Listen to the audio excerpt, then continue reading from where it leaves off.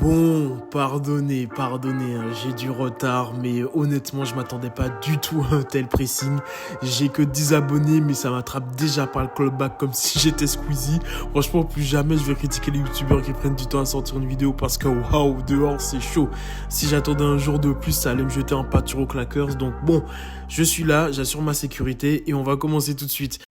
Bon alors, qu'est-ce que j'en ai pensé de cet épisode 5 ? Eh bien, avant de vous donner mon avis, j'ai été faire un petit détour sur TikTok et à la surprise générale, il y a encore des gens qui ont critiqué cet épisode, notamment sur plusieurs aspects comme certaines scènes ou encore le rythme ou le ton de la série, et aussi un petit élément mais sur lequel je vais revenir à la fin de la vidéo. Vous me connaissez déjà, on va décrypter tout ça, et commençons d'entrer sur le début. Moi, je ne vous cache pas que comme beaucoup, j'ai adoré cet épisode qui est parfait en tout point selon moi. De tête, je n'ai aucune critique qui me vient à l'esprit. Déjà, premièrement, j'ai l'impression qu'ils ont trouvé une sorte de formule d'introduction d'épisode qui fait mouche. Ils l'avaient déjà fait à 2 reprises dans la première saison, mais là, ça devient récurrent et j'aime beaucoup.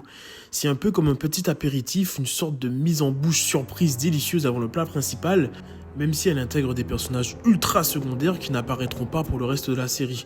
Cette formule, j'y avais déjà pris goût, mais dans un registre complètement différent, comme avec la sitcom Malcolm par exemple, qui avait pour habitude de commencer toujours ses épisodes avec un petit sketch au début, qui était décousu du reste de l'épisode, mais qu'on ne voulait absolument rater pour rien au monde.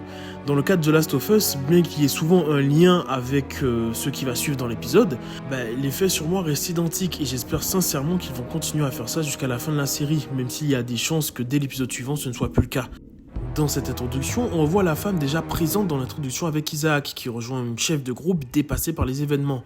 Ce que j'aime le plus dans ces scènes, c'est qu'il plonge les spectateurs de la série n'ayant pas joué au jeu dans un suspense servant l'intrigue, tandis que du côté des joueurs, il nous donne une scène inédite qui non seulement renforce l'intérêt de la série, mais nous tease un peu certaines choses qu'on connaît déjà et qu'il faut monter la hype au maximum pour ce qui va suivre. En tout cas, c'est l'effet que ça a eu sur moi, de mon côté. Selon moi, la série utilise d'ailleurs ses moyens astucieux pour adapter le mécanisme des lettres qu'on retrouve dans le jeu et qui nous permettent en somme d'avoir un peu plus de lore sur les tristes histoires des personnes mortes dans le jeu. Le fait qu'on entende à la fin de la scène que le fameux Léon mort en héros, c'est son fils et qu'on retrouve plus tard dans l'épisode cet infecté au trait asiatique abandonné à son triste sort alimente mon hypothèse et donne encore plus de profondeur au monde de la série car il nous permet de nous rappeler toute la souffrance qui entoure constamment les personnages, même avec les infectés qu'on massacre à tour de bras, qui eux aussi ont eu une vie, une famille, une histoire. Si je souhaite aborder les critiques qui ont été faites suite à la révélation de l'immunité d'Ellie, c'est parce que je peux comprendre en quoi certaines personnes sont déçues. Ils amènent principalement l'argument que ce choix retire de la profondeur à Dina, car dans le jeu, l'utilisation des masques était selon eux une meilleure idée. Déjà pour son efficacité, car les personnages doivent faire un choix très rapidement et agissent spontanément et avec sincérité, sans parler du fait que Dina est forcée de croire Ellie directement vu qu'elle ne tousse pas, mais également car le fait que cette dernière était prête à se sacrifier pour Ellie en disait beaucoup sur le personnage. Mais je trouve que cette critique est un peu injuste car oui, bien que ce moment soit très bien choisi dans le jeu, la série a décidé d'apporter de la profondeur au personnage de Dina d'une autre façon, notamment avec cette scène où elle raconte le meurtre de sa famille, qu'elle comprend Ellie mieux que personne et qu'elle sera prête à tout pour elle. De plus, ça montre à quel point ce personnage a les pieds sur terre et a compris depuis toute jeune la réalité de ce monde dans lequel elle vit, et cela donne encore plus de sens à la scène dans l'épisode précédent lorsqu'elle pointe son arme sur Ellie. Ces remontrances sont d'ailleurs accompagnées d'autres critiques concernant le ton du jeu, en prenant encore une fois exemple sur la relation Ellie-Dina dans le jeu versus la série.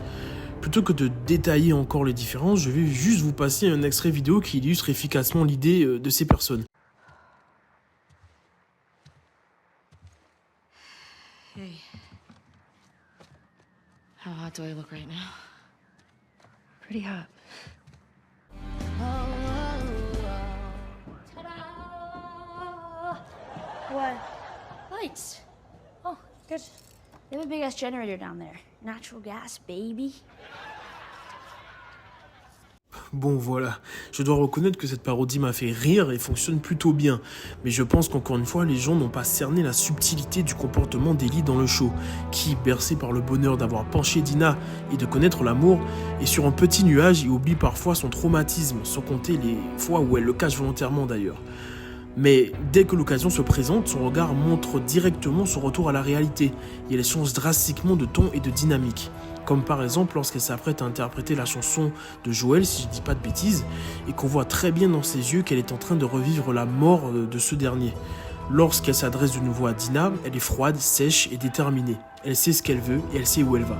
Ce n'est donc pas pour moi un problème s'il y a des moments légers dans la série, si évidemment toute sa colère ressort au bon moment dans le show. Vient ensuite la plus grosse critique, du moins celle que j'ai vue le plus souvent revenir, le rythme de la série qui irait beaucoup trop vite selon certains. Lors de cet épisode, il y a plusieurs croisements d'événements d'un seul coup, comme l'adaptation de l'affrontement des infectés avec Dina, avec un passage plein de stalkers, la venue de Jesse, l'information comme quoi Tommy est à Seattle, le premier affrontement contre les Séraphites, l'éventrement, l'arrivée à l'hôpital, la course-poursuite de Nora, ainsi que sa mise à mort, tout ça en 30 minutes. Mais les gars, est-ce que je dois vous rappeler que c'est une adaptation de série? L'œuvre originale de base fait plus de 35 heures de jeu. Comment pensez-vous qu'il faut faire pour mettre toutes les scènes clés dans une série avec moins de 10 épisodes? En vérité, je justifie le rythme par le fait que ce soit une adaptation, mais le pire c'est que je trouve que ce recroisement d'événements est au contraire une force de la série, car elle arrive toujours à nous surprendre alors qu'on connaît le jeu par cœur.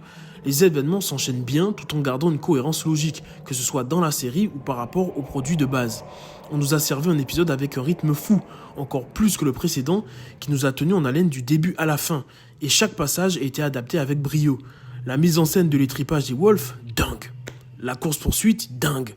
Le face-à-face avec Nora, dingue.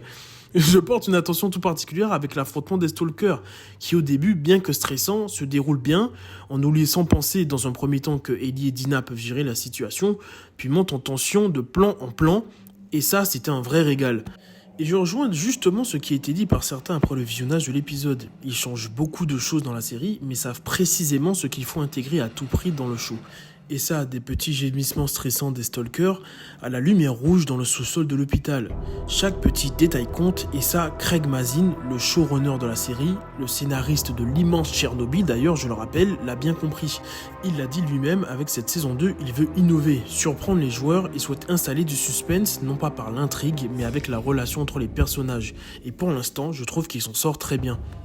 D'ailleurs, avec tout ça, j'ai même oublié de parler rapidement de la scène de face à face avec Nora et le couloir rouge, les gars, l'aura d'Ellie dans cette scène, mais c'est aura fois 1000, en fait on peut plus rien dire là, c'est fini. En dernière partie, avant de conclure, j'aimerais revenir rapidement sur quelque chose que j'avoue regretter, mais qui n'est pas un point négatif en soi et qui n'aura donc pas d'incidence sur la note globale de l'épisode. Mais j'avoue que bon, pour l'instant, je regrette quand même pas mal Ellie létale du jeu. Car c'est vrai que souvent dans les adaptations tirées de jeux vidéo, il y a toujours à un moment donné une ou plusieurs scènes, clin d'œil au jeu, donc surtout sur l'aspect gameplay, c'est-à-dire qui ramène un peu aux sensations que l'on peut avoir lorsque l'on joue au jeu directement. Mais pour l'instant, la série se concentre surtout sur l'histoire, ce que bien évidemment je peux totalement comprendre, étant donné que c'est une série et que ce n'est pas très important. Mais bon, même si ce n'est pas très réaliste, je reconnais qu'à un moment donné, j'aimerais voir Ellie zigouiller 10 Wolves à être toute seule en se servant uniquement de son big brain. J'espère bien évidemment qu'on aura un moment comme ça dans la série, mais c'est franchement pas sûr. Bref, on arrive à la conclusion et bon, vous l'aurez compris, pour moi c'était un excellent épisode. C'est pour ça que sans hésiter, je ne peux pas lui mettre une note autre que 10 sur 10. Franchement, pour moi, il y avait absolument tout ce qu'il fallait là où il fallait. On s'est régalé du début à la fin et je trouve que la série se dirige vraiment dans la bonne direction. Bon, après, c'est mon avis, même si évidemment j'ai toujours quelques inquiétudes sur certains sujets, vous le savez, mais pour l'instant, je préfère laisser le temps à la série de nous montrer ce qu'elle a dans le ventre. J'ai vraiment hâte pour le prochain épisode. Dites-moi ce que vous en avez pensé en commentaire ou sur le Discord et on se retrouve la semaine prochaine pour le prochain épisode. Allez, salut!